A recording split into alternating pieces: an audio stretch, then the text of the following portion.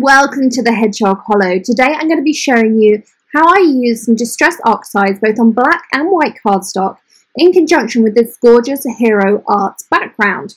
So let me show you how I made them both. It's super simple. I use this Hero Arts Snowflake pattern bold print, and here I have my Tim Holtz platform. This is the original, not the travel size. So I'll be showing you that very soon, as soon as it's available. I always keep a craft mat inside of my platforms because it makes clean up so easy. So you can see here where it's going to go over the edges.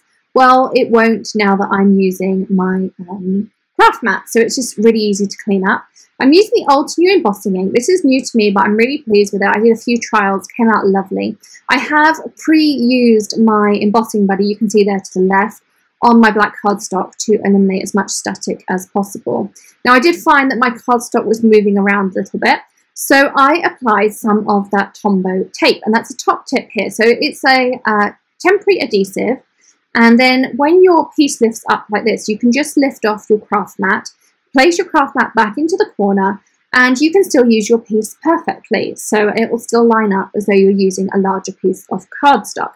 So again, I'm just going to stamp this out a couple of times. It's a little bit harder to see on the black, but I want to make sure I get all that lovely detail in there. And that temporary adhesive, first of all, we are going to add some permanent adhesive on the back at the end anyway, but you can also just take an adhesive eraser to it and it will come straight off.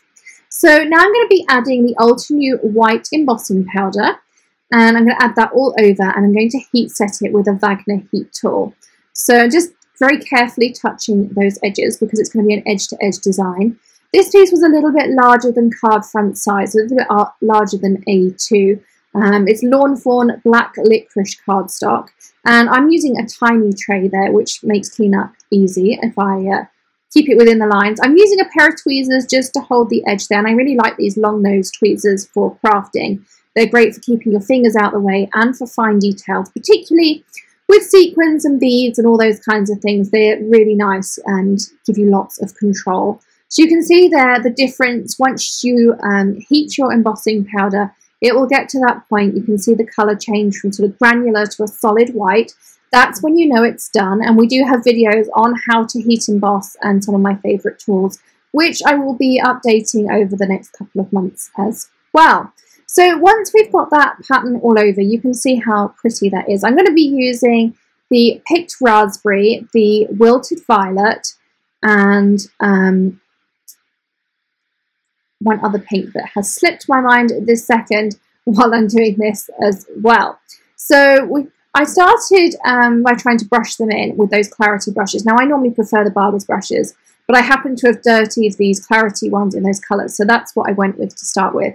And now I'm going to start blending those together. Worn Lipstick is the other pink. It came back to me. So I'm going to start going over them. Now, I didn't have huge success with this, but I will show you what I ended up with. And I do like what I ended up with. I really wanted a nice solid colour on the black. I did try a couple of applications, which was Tim's best recommendation. But you can see that ink is coming off on my fingers. So what I took was a damp kitchen towel, very slightly damp, and took the excess ink off the top of the embossing powder. And what it left me with was some really pretty hues, which you can see there. You can just see like a hint of purple and a hint of pink in there.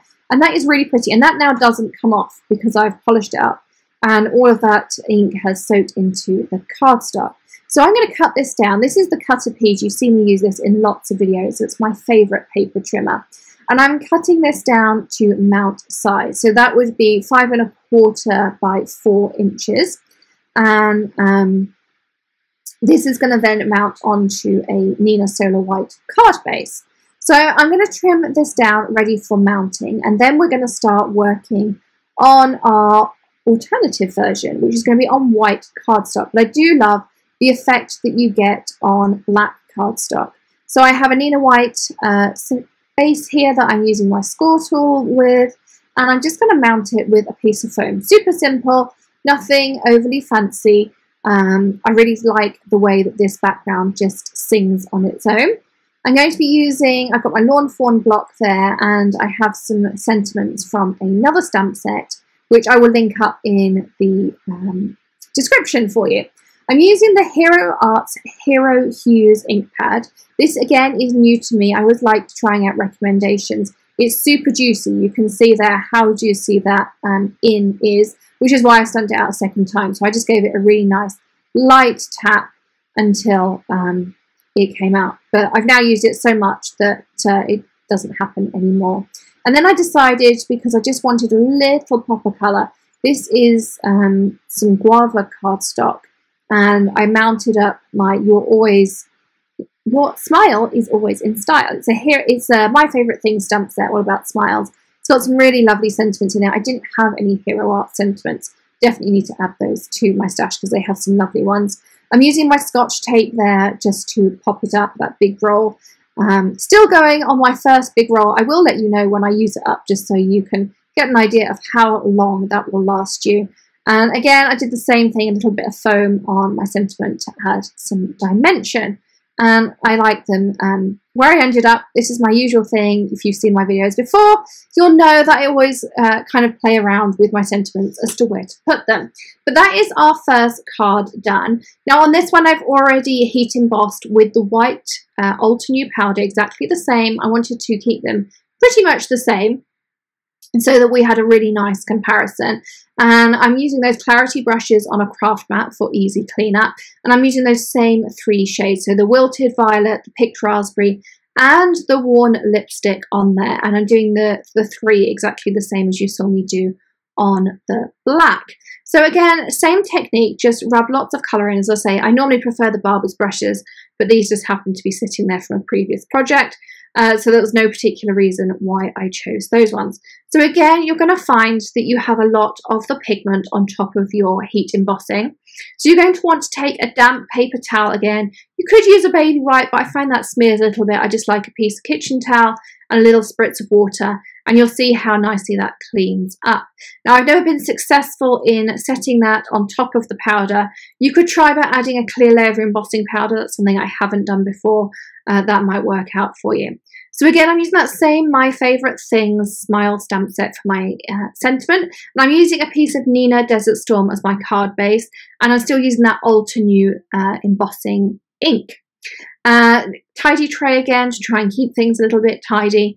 But it's a brand new one, so I always end up getting a little bit of residue off the edge. And then I just wipe that with my embossing buddy off my counter back into the pot there. So I'm just doing that, and then I'm going to heat set that with my Wagner heat tool again to heat set that embossing powder the same way we did on the first card. This time I'm using Lawn Fawn Black for my sentiment, just to add that little bit of difference in there. So I really think it complements each other well. You could use a black card base as well. That would also look really nice if you didn't have any Desert Storm or sort of crafty coloured cardstock in your stash.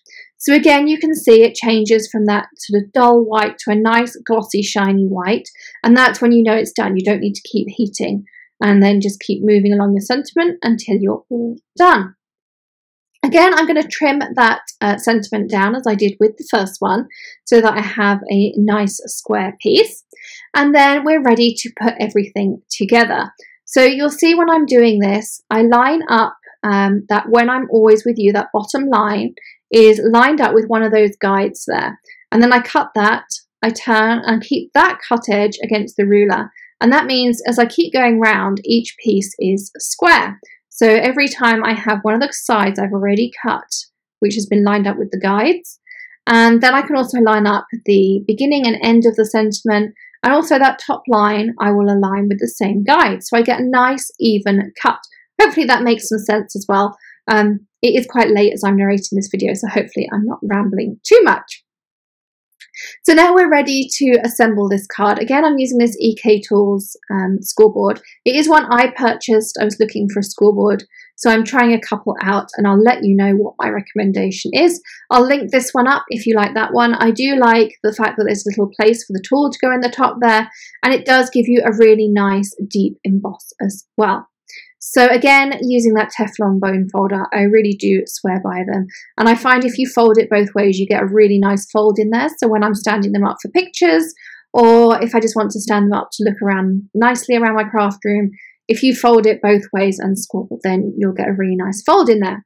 So I used up a couple of those excess foam pieces, which if you've seen my videos before, I stick on the outside of my reel until I'm ready to use them. It keeps them nice and sticky, and it avoids any waste too. So I'm going to go around and add the same foam on the main piece. I've trimmed this down again to the 5 1/4 by 4 inches.